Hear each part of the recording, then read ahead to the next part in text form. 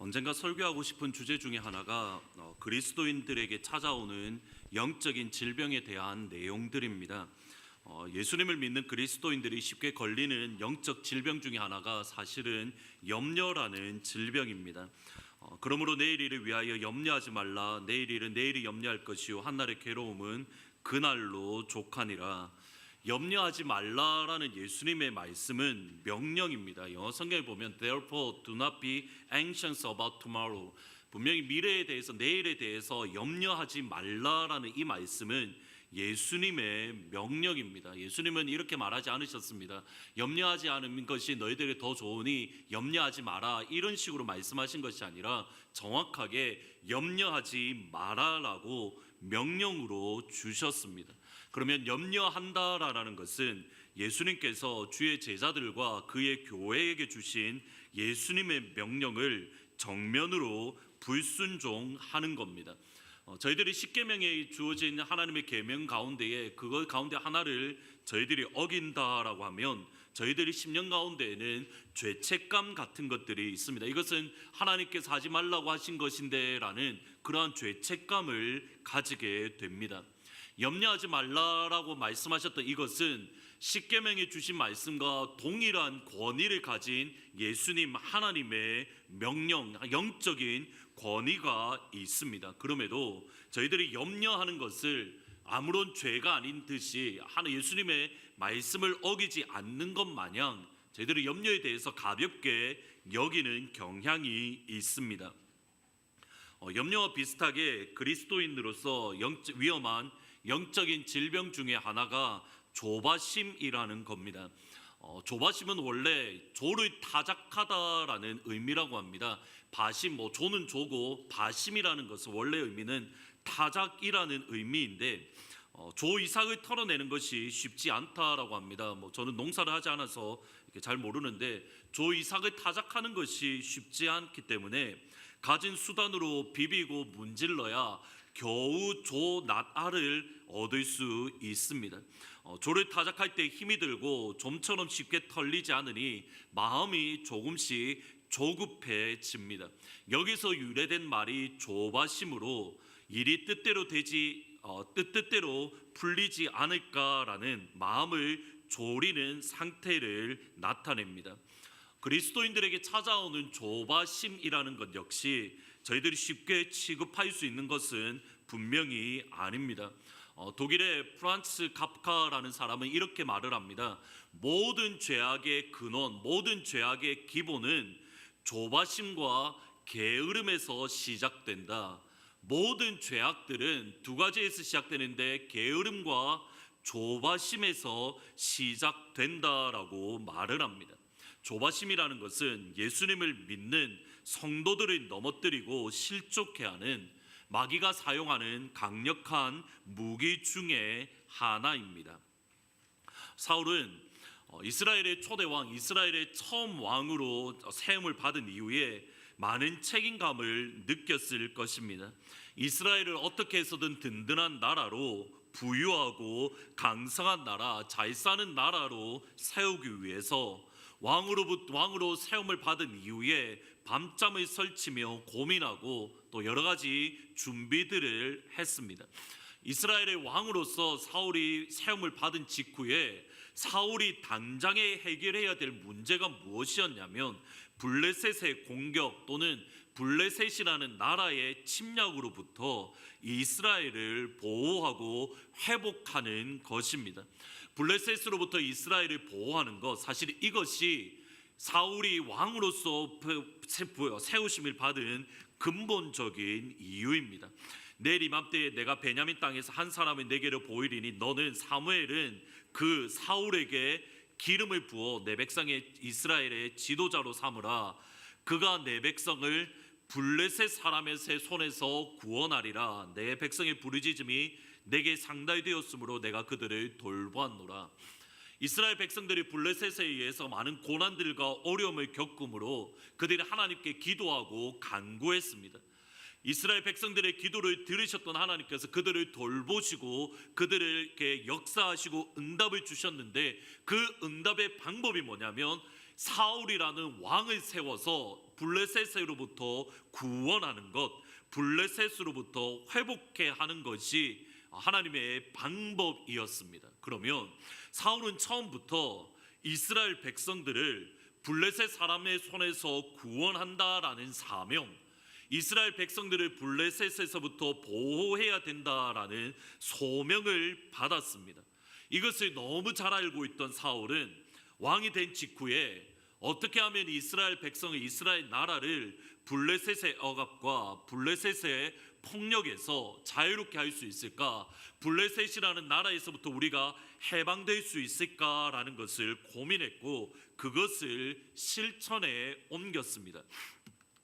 사울이 왕이 될 때 40세라 그가 이스라엘을 다스린 지 2년에 이스라엘 사람 3,000명을 택하여, 지금 오늘 본문에 일어났던 사건은 1장 1절, 13장 1절과 2절이 배경인데 정확하게 이렇게 말을 합니다. 왕이 된 지 2년 만에 사울이 이스라엘 백성들 가운데에 3,000명이라는 정규 군대를 조직했습니다. 사울 왕이 이전에 이스라엘 백성을 이스라엘이라는 나라를 보면 나라를 보호하는 군대라는 조직이 없었습니다. 다른 민족이 이스라엘이 침략할 때에 전쟁에 나아갈 수 있는 백성들이 침략한 이후에 비로소 그 백성들과 침략한 민족들과 전쟁하기 위해서 이스라엘 백성들 가운데 자발적으로 일어났던 어떻게 보면 민병대 같은 조직들이 있었을 뿐입니다. 이스라엘이 위기에 빠질 때마다 군대가 급하게 조직되었습니다. 외부로부터 이스라엘을 보호해 줄 아무런 보호 장치가 없었습니다. 이러한 일들을 수없이 겪다 보니 이스라엘 백성들의 마음에 우리도 다른 나라처럼 우리를 보호해 줄 군대, 또 우리를 보호해 줄 왕이 있었으면 좋겠다라고 사무엘에게 요구했고 사울을 이스라엘의 초대 왕으로 세우는 일들이 일어났습니다. 왕으로 세움받은 사울은 이제 여기서부터 시작이 됩니다. 이스라엘을 지킬 수 있는 믿을 만한, 그리고 이스라엘을 보호할 수 있는 신뢰할 만한 군대를 조직하는 것, 그냥 민병대가 아니라 자발적으로 그때그때마다 일어나는 것이 아니라 이 다른 민족들이 침략해 올 때 즉각적으로 보호할 수 있는 믿을 만한 군대, 신뢰할 만한 군대를 조직하는 것을 시작했습니다. 군대를 조직해서 평상시에 그들을 훈련하고 외부의 침략이 있을 때에 즉각적으로 반응할 수 있는 시스템을 만들었습니다. 이 모든 과정을 사울은 2년 만에 이루어내었습니다. 그 말은 2년이라는 시간 동안 사울은 정말 왕으로서 열심히 일을 했고 그리고 마침내 결과를 얻었습니다. 그가 결과를 얻었을 때 이만하면 이제 우리가 블레셋과 싸울 만하다라고 판단했을 때에 13장에 보면 처음으로 사울이 블레셋과의 전쟁을 누가 시작하냐면 사울이 블레셋과의 전쟁을 시작했습니다. 그런데 여기에 사울이 생각하지 못한 변수가 있었습니다. 사울이 이제 이만하면 되었다라고 생각을 해서 블레셋과 전쟁을 했는데 블레셋이라는 군대가 너무 강력했습니다. 5절 말씀에 보면 그 당시 블레셋의 군사력이 나오는데 병거가 3만이고 마병이 6,000명이고 백성들은 모래에 해변의 모래같이 많았다라고 말을 합니다. 그런데 오늘 저희들이 읽지는 않았는데 13장 22절에 보면 블레셋과의 전쟁할 때에 이스라엘이 가지고 있던 철로 된 무기는 딱 2개밖에 없었는데 사울 왕과 그의 아들 요나단이 가지고 있는 철로 된 칼 2자루가 전부입니다. 블레셋은 철로 된 마병이 있었고 철로 된 병거가 있었고 또 마병이 있었는데 이스라엘이 가지고 있는 무기는 칼로 된 무기 2자루밖에 가지고 있지 않았습니다.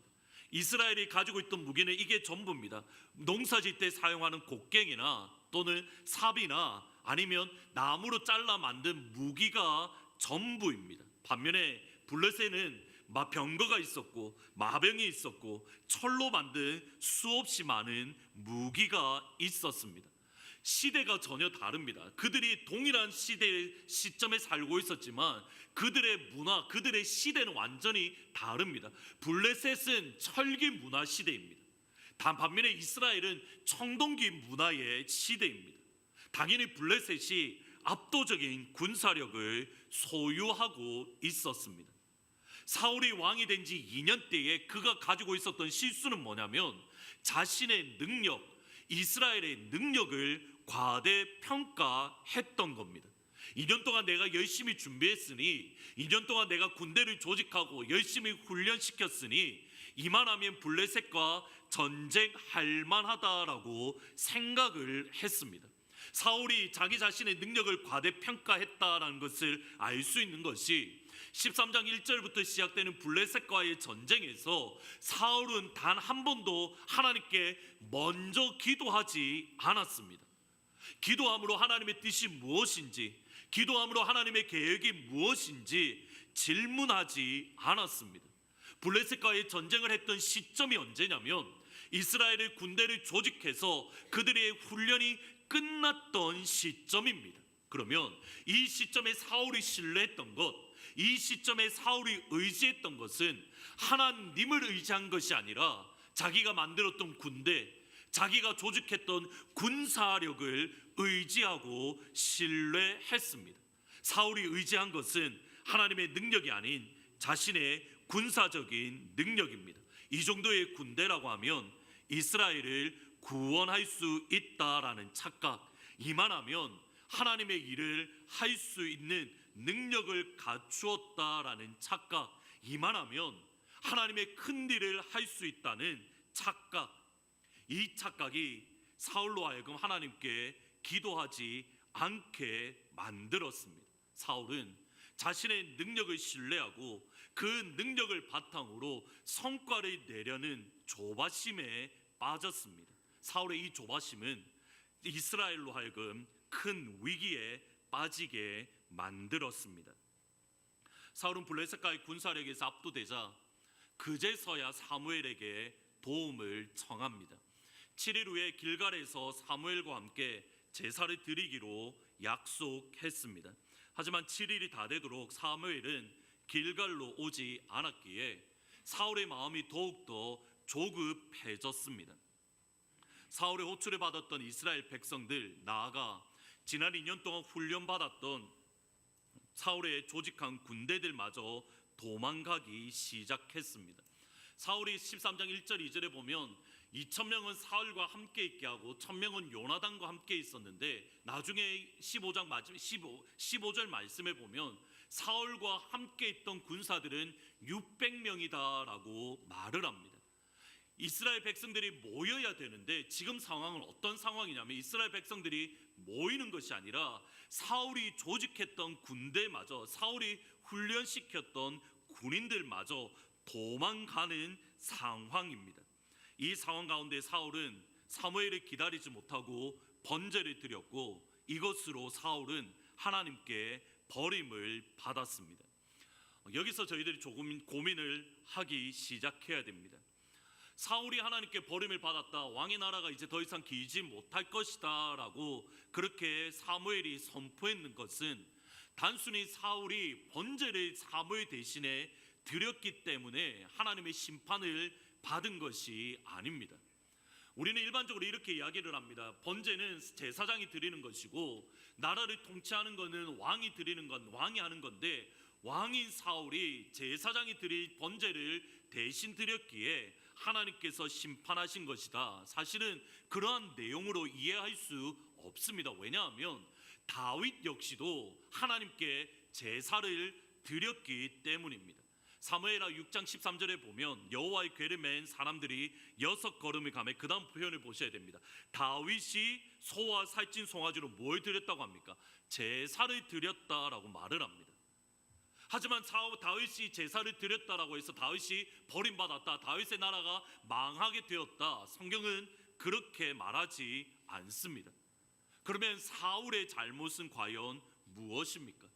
다른 그 무엇이 아니라 사울이 여호와의 말씀을 어겼던 한 가지는 이것입니다. 사무엘을 기다리지 못한 겁니다. 사무엘이 올 때까지 기다리지 못하고 그가 먼저 제사를 드렸던 것, 이것이 사울이 가졌던 잘못의 핵심적인 내용입니다. 그런데 이건 역시 사울이 억울한 측면이 있습니다. 실제로 사무엘이 왔을 때 이렇게 말합니다. 당신이 오지 않았기 때문에 내가 번제를 드렸습니다 라고 말을 합니다. 사무엘과 사울 사이에 7일을 기다렸다라고, 사울은 충분히 당신이 약속한 날짜를 내가 기다렸다라고, 당신이 오지 않아서 내가 제사를 드린 것이다 라고 말을 합니다. 13장 8절에 보면 사울은 사무엘이 정한 기한대로 이레를 기다렸으나 사무엘이 길갈로 오지 아니하며 백성이 사울에게서 흩어진지라. 보셔야 됩니다. 사무엘과 사울과의 약속을 7일 동안 했는데 사울이 무엇을 보았냐면 사무엘이 길갈에 오지 않고 백성이 흩어졌기에 마침내 사울이 제사를 하나님 앞에 드렸습니다. 저희들이 이 구절을 21세기 오늘을 살아가는 우리의 기준으로 이 구절을 이해하면 사실 이해하기가 어렵습니다. 본문 말씀을 보면 분명히 사울은 사무엘을 7일 동안 기다렸습니다. 사울이 기다린 7일은 사무엘이 약속한 날입니다. 영어 성경을 보면 He waited 7 days, the time appointed by Samuel. 사무엘에 의해서 지정된, 사무엘이 약속한 날인 7일을 사울은 충분히 기다렸습니다. 여기까지만 보면 사울이 아무런 잘못이 없는 듯 보입니다. 실제로 사무엘에게 하는 말 속에 당신이 오지 않았기 때문에 라고 말하며 당신이라는 말을 강조하고 있습니다. 근데 이 7일이라는 말, 내가 7일을 충분히 기다렸다라는 이 말을 우리 시대의 21세기의 시간의 개념이 아니라 이 당시의 시간의 개념으로 이해할 필요가 있습니다. 언젠가 김경원 선교사님, 멕시코에 사회 가시는 김경원 선교사님과 이런저런 이야기를 하는 가운데에 선교사님 사회 가는 가운데 어려운 게 무엇입니까? 라고 이렇게 질문을 드렸던 적이 있습니다. 여러 가지 이런저런 말씀들을 하시는 가운데에 김경원 선교사님이 하셨던 말씀이 뭐냐면, 너무 어려웠던 게 뭐냐면 시간, 약속의 개념이라고 합니다. 아시겠지만 김경원 선교사님은 이렇게 수학, 산수, 이렇게 통계를 전공하셨기 때문에 이렇게 뭐든지 이렇게 칼같이 하시는 스타일입니다. 그래서 시간도 정확하게 지키는 스타일이신데, 멕시코 사람들과 약속을 하면 김경원 선교사님은 5분이나 10분 전에 항상 그 자리에 준비하고 계십니다. 그런데 멕시코 사람들은 1시간이 지나도 오지 않고 반나절이 지나도 오지 않고 심지어는 아예 그날 오지 않고 일주일 후에 오는 경우가 종종 있습니다. 그런데 이 사람들의 개념에는 일주일 후에 오더라도 자기가 약속을 깨뜨렸다라는 생각 자체가 없는 겁니다. 반나절 만에 오면은 빨리 온 것이고 그 다음날 오면은 정상적으로 온 것이고, 일주일이 지나도 이 사람들이 오더라도 약속을 깨뜨린 것이 이 사람들 기준에서는 그것이 약속을 깨뜨린 게 아니라는 겁니다. 이 개념으로 지금 사무엘과 사울 간의 약속을 이해할 필요가 있습니다. 사무엘이 사울에게 준 약속의 말씀이 뭐냐면 이겁니다. 내가 7일 안에 내가 반드시 도착할 것이다 라고 7일 안에 가겠다라는 말이 아니라 7일 정도면 내가 충분히 갈 수 있으니 내가 갈 때까지 길갈에서 나를 기다리십시오라는 의미가 7일 동안 내가 가겠다라는 말의 의미입니다. 사무엘이 사울에게 준 약속의 의미는 이겁니다. 7일 안에 가겠다가 아니라 내가 당신에게 갈 때까지 7일 정도 걸릴 것 같으니 내가 갈 때까지 기다리십시오라고 말해 준 것이 사무엘의 의미입니다. 그러면 왜 사울은 사무엘을 기다리지 못했습니까? 정확하게 13장 11절에 보면 이렇게 말을 합니다. 한번 같이 읽어 보시겠습니다. 사무엘이 이르되 왕이 행하신 것이 당신은 정한 날 안에 오지 아니하고 블레셋 사람은 mikmas에 모였음을 내가 보았으므로, 사울이 사무엘을 기다리지 못한 이유를 세 가지로 듭니다. 첫 번째, 백성들이 내게서 흩어졌습니다. 이것은 이미 말씀을 드렸습니다.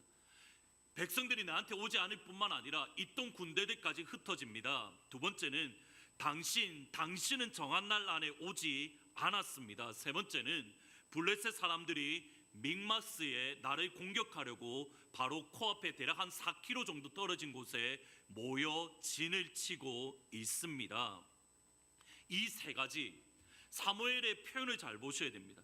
백성은 흩어지고 사무엘 당신은 오지 않고 블레셋 사람은 진을 쳤다라는 이것을 어떻게 표현하냐면 사울이 보았다라고 말을 합니다.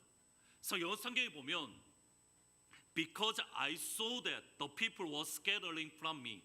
Because I saw that 내가 이것들을 보았는데 백성들이 흩어지고 사무엘이 오지 않고 블레셋 사람들이 내게 공격하려고 모였습니다. 사울이 관찰한 것이 세 가지입니다. 근데 보셔야 됩니다. 이 세 가지는 모두 다 객관적인 사실입니다. 정확하게 냉철한 판단입니다. 사울이 바라보았던 것 중에 흠잡을 만한 것이 단 하나도 없습니다. 그런데 왜 사울이 본 것이 문제가 되는 겁니까? 사울이 바라보았던 것 중에 단 한 번도 사울은 하나님을 보았다라는 표현이 한 번도 등장하지 않습니다. 사울이 말했던 것 중에 이렇게 본 것이 않습니다. 내가 보았는데 하나님께서 백성들을 내게서 흩으셨습니다. 왜 하나님께서 내게 흩으셨습니까? 하나님이라는 단어가 그 속에 들어가지 않았습니다. 사무엘이 오지 않았는데 왜 사무엘이 하나님께서 보내지 않으셨을까? 하나님이라는 말이 그 속에 보여 있지 않습니다. 하나님이 왜 블레셋 사람들을 믹막스에 모이게 하셨을까? 하나님이라는 단어가 그 속에 들어가 있지 않습니다. 이 시점에 사울은 하나님을 바라볼 수 있는 눈을 잃어버렸습니다.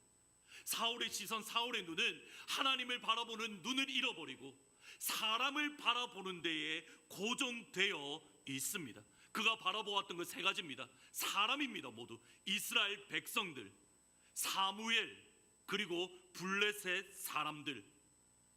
사울이 보았던 것은 철저하게 사람들, 이스라엘 백성들, 사무엘, 블레셋 사람들에게 고정되어져 있지 그 뒤에서 역사하시는 하나님을 바라보는 눈을 잃어버렸습니다. 하나님을 바라보는 눈을 잃어버리니 조바심으로 사무엘을 기다리지 못하고 하나님께서 주신 명령 사무엘을 기다리지 못하고 조바심으로 하나님께 번제를 드렸습니다. 사울이 가졌던 조바심의 원인은 이것입니다. 하나님을 바라보는 눈을 잃어버렸기 때문입니다. 그의 시선이 하나님을 바라보지 아니하고 그의 시선이 사람에게 고정되어 버렸습니다. 하나님이 아닌 사람을 보며 하나님이 아닌 환경을 볼 때에 사울은 조바심을 가졌습니다. 그때에 하나님 없이 나 스스로 무언가 하려고 심지어 번제 드리는 것조차 하나님을 이용하는 것이지 하나님께 예배 드리고자 하는 마음이 하나님을 믿는 믿음의 모습이 결코 아니었습니다. 하나님 없이 나 스스로 무언가 해내려고 노력합니다. 이것은 하나님 보시기에 불신앙의 모습입니다. 조바심은 하나님을 믿는 믿음이 없기 때문에 나타나는 모습입니다. 조바심은 나만 위험에 빠뜨릴 뿐만 아니라 사울처럼 예수님의 교회 공동체 역시 위험에 빠뜨릴 수 있습니다. 불신앙의 사울을 향하여 실패는 하나님으로 하여금 다윗을 선택하게 만들었습니다. 하나님의 말씀대로 사무엘은 베들레헴에 사는 이새의 가족을 찾았습니다. 그리고 마침내 다윗에게 기름을 부었습니다. 다윗이 기름을 부음을 받았다라는 것은 하나님의 택하심을 받은 왕이 되었다. 이제 사울을 이어서 사울의 뒤를 이어서 다윗이 왕이 되었다라는 의미입니다. 기름 부음을 받은 이후 왕이 된 이후 다윗의 삶을 조금 주의 깊게 살펴볼 필요가 있습니다. 기름 부으심을 받은 하나님께서 택하신 왕으로 하나님의 인정을 받은 직후 다윗은 어떤 삶을 살았습니까? 아니, 다윗의 아버지 이새는 다윗을 어떻게 대우했습니까? 만약 여러분의 자녀들이 가운데에 여러분이 보는 앞에서 다윗처럼 사무엘에게 기름 부음을 받았다라고 한다면 이제 이 사람이 여러분의 자녀가 왕이 될 것이다라고, 이 당시가 사실 다윗이 17살 때쯤 됩니다. 여러분의 자녀가 이제 왕이 될 것이다라고, 지도자가 될 것이다라고 여러분이 보는 앞에서 여러분의 자녀가 하나님의 기름 부으심을 받았다면 여러분은 여러분의 자녀들을 어떻게 키우시겠습니까?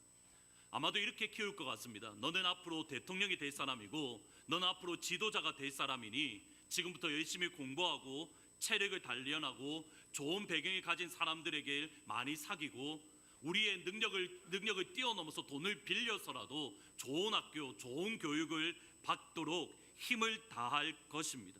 그런데 이새는 그렇게 하지 않았습니다. 다윗 역시 그렇게 하지 않았습니다. 눈앞에서 그의 아들이 왕으로 기름 부음 받는 것을 보았지만 이새는 다윗을 이전과 다른 삶을 살도록 한 것이 아니라 이전과 동일하게 양치는 자로 그를 현실의 오늘이라는 시간에 똑같은 모습으로 그를 키웠습니다. 다윗 역시 마찬가지입니다. 내가 이제 왕으로 기름 부음을 받았으니 내가 이제 다른 것을 해야 돼, 내가 이제 무언가 큰 일을 해야 돼 라고 생각한 것이 아니라 기름 부음 받기 전의 모습과 기름 부음 받은 이후의 모습이 동일하게 아버지의 양을 치는 자로 그는 살았습니다. 다윗이 사울에게 말하되 주의 종이 아버지의 양을 지킬 때에 사자나 곰이 와서 양떼에게 새끼를 물어가면 내가 따라가서 그것을 치고 그 입에서 새끼를 건져내었고 그것이 일어나 나를 해오고자 하면 내가 그 수염을 잡고 그것을 쳐 죽였나이다. 지금 이 시점을 잘 보셔야 됩니다. 지금 이 시점은 골리앗과의 전쟁을 가지는 장면입니다. 이 시점 속에서도 다윗은 내가 이제 골리앗과의 전쟁이 있으니, 블레셋과의 큰 전쟁이 있으니, 내가 기름 부음을 받았으니 내가 빨리 나가서 골리앗과 전쟁을 해서 이스라엘을 구원해야지, 그렇게 전쟁터에 나간 것이 아닙니다. 다윗은 이 순간까지, 골리앗과의 전쟁이 있는 순간까지 그의 아버지가 시키는 대로, 그의 아버지가 명령하는 대로 아버지의 양을 지켰습니다. 산에서 골짜기에서 양들을 보호하고 곰이나 사자에게서 양들을 지키는 자리에 섰습니다. 골리앗과의 전쟁 역시 마찬가지입니다. 형들은 다 전쟁하러 나갔습니다. 형들은 다 이스라엘을 보호하려고 전쟁터에 나갔습니다. 그런데 정작 왕으로 기름 부음을 받던 다윗은 여전히 아버지의 집에서 양을 지키는 자리에 섰습니다. 왜 다윗이 골리앗과의 전쟁에 나아갔습니까? 아버지의 심부름 때문입니다. 형들이 어떻게 있나 보기 위해서, 아버지가 너 가서 형들이 어떻게 있나, 형들이 잘 무사히 있나, 형들을 지켜보라라고, 형들을 어떻게 있나 안부를 보라라고 아버지의 심부름의 전쟁터에 간 것이지, 다윗이 의분이 일어나서 다윗이 내가 이제 기름 부음 받았으니 내가 나라를 구원해야겠다라고 그 마음으로 골리앗과의 전쟁에 나아간 것이 아니라는 겁니다.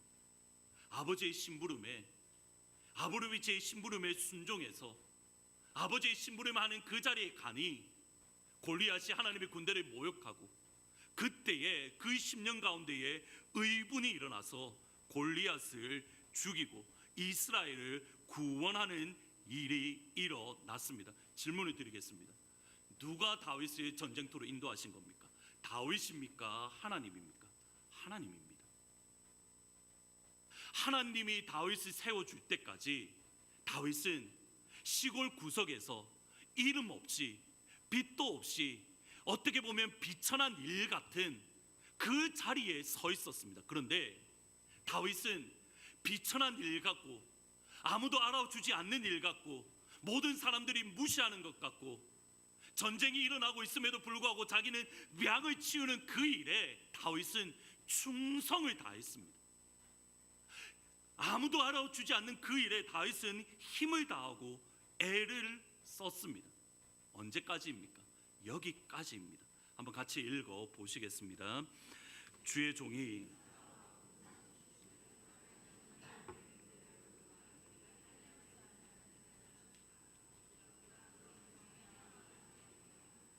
또 다윗이 여호와께서 나를 사자의 발톱과 곰의 발톱에서 건져내었은즉 나를 이 블레셋 사람의 손에서도 건져내리이다.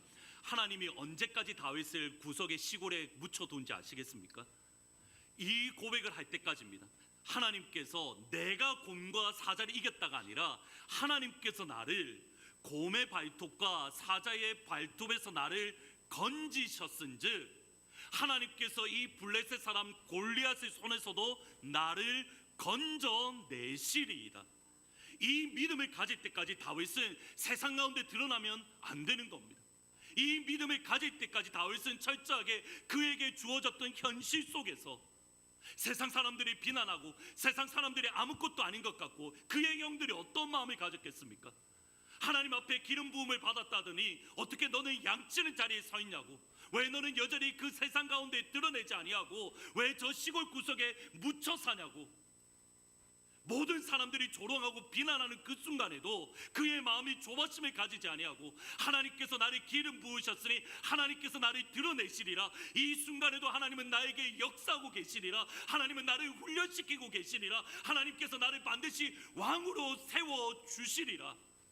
하나님께서 왕으로 세워줄 때까지 다윗은 하나님을 믿는 믿음을, 하나님을 신뢰하는 신앙을 철저하게 훈련받았고 그 믿음이 섰을 때에 하나님께서는 다윗을 세상 가운데에 드러내어 주셨습니다.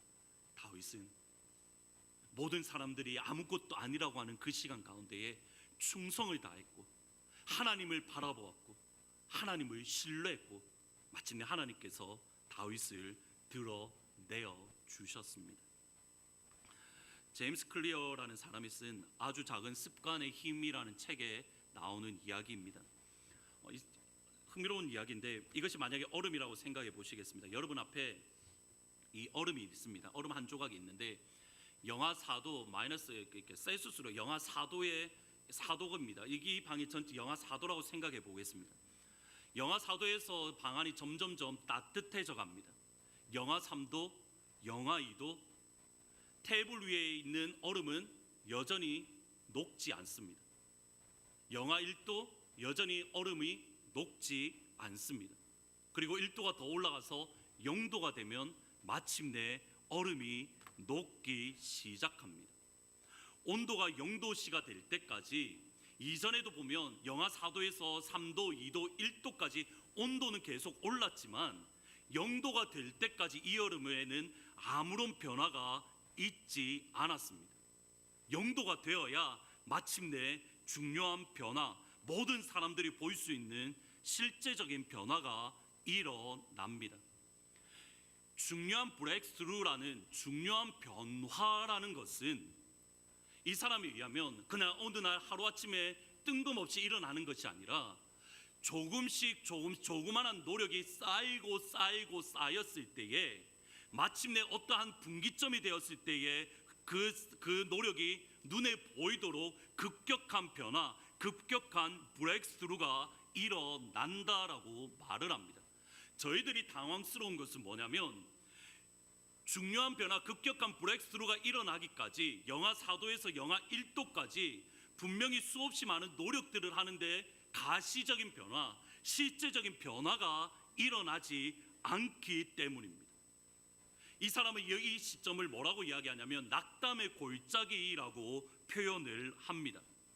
이 시점까지 0도가 될 때까지 내가 쏟아붓는 결과에 따라서 실제적인 열매가 보이지 않습니다. 많은 경우에 0도가 되기 전에 우리가 포기하고 낙담하는 이유입니다.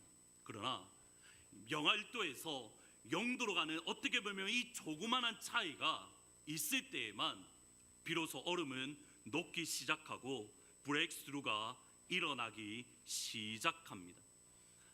이 자리에 계신 여러분 성도님들 가운데에 딱 이와 같은 경우가 많이 있습니다. 여러분이 수없이 많은 노력들을 하고 하나님 앞에 헌신도 하고 눈물도 뿌리고 열심히 노력도 하고 일도 하지만 고민을 하지만 영하 1도에 있는 계신 분들이 계십니다. 어떤 분은 영하 4도에 계신 분이 있고 영하 3도, 영하 2도, 영하 1도에 계신 분들이 계십니다. 그런데 언제까지 막심하지 않고 조바심을 품으면 안 되는지 아시겠습니까? 0도까지입니다. 왜 영도까지 우리가 조바심을 내지 않을 수 있는 이유가 어디 있는지 아십니까? 비록 우리 삶 가운데에 얼음이 녹지 않고 아무 변화가 없는 것 같아 보이더라도 하나님은 여러분의 삶 가운데에 영하 4도에서 영하 3도로, 영하 2도로, 영하 1도로 하나님은 여러분의 삶 가운데에 역사하고 계시기 때문입니다. 여러분 삶 가운데에 하나님은 움직이고 계십니다. 그것이 우리 눈에 보이지 않을 뿐이지 하나님의 시간이 되면, 영도가 되면 하나님께서는 여러분 삶 가운데에 강력한 역사를 일으켜 주실 줄 믿습니다. 그러기에 우리는 영하 4도에서도 하나님을 바라보아야 되는 것이고, 영하 1도 속에서도 하나님을 바라보아야 되는 것이고, 영도 가운데에서도 하나님을 바라볼 수 있는 믿음의 눈을 가질 수 있어야 되는 겁니다.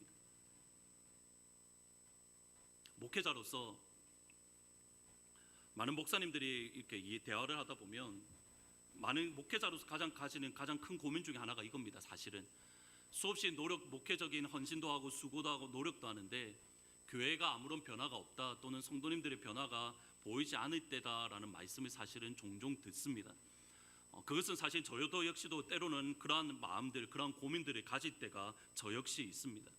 그런데 사실 오늘 말씀을 준비하면서 제가 하나님 앞에 다시 가졌던 소망과 확신이 이겁니다. 제가 보기에는 아무런 변화가 없어 보인다 하더라도 하나님은 우리 하트포드 제2장로교회 가운데 역사를 하고 계신다라는 사실입니다. 그 하나님께서 어느 시점에 영도시가 될 때에 하나님께서 우리 교회 가운데에 역사를 일으켜 주실 줄 믿습니다. 이주학 집사님 역시 마찬가지입니다. 지금 당장 보기에는 어떠한 브렉스루가 일어나지 않는다 하더라도 하나님의 시간, 하나님이 여전히 역사하고 계십니다. 그리고 영도가 될 때에 하나님께서는 하나님의 일을 저와 여러분에게 보여주실 줄 믿습니다. 다시 한번 이 자리에 계신 모든 성도님들께 간절히 기도하며 부탁드립니다. 여러분의 삶 가운데에 기도하더라도 변화가 일어나지 않는다 하더라도 낙심하지 마십시오. 여러분의 삶 가운데 하나님은 분명히 역사하고 계십니다. 영하 4도에서 영하 3도로 역사하고 계십니다. 영도 때까지 조바심을 내지 마시고 하나님을 믿는 믿음으로 하나님을 바라보십시오. 하나님께서 역사해 주실 줄 믿습니다. 말씀을 생각하시면서 하나님, 이 시간 우리가 눈을 들어 주님을 바라봅니다. 하나님, 우리가 이 시간 눈을 들어 하나님을 바라봅니다. 주님 도와주십시오라고 같이 기도하시겠습니다.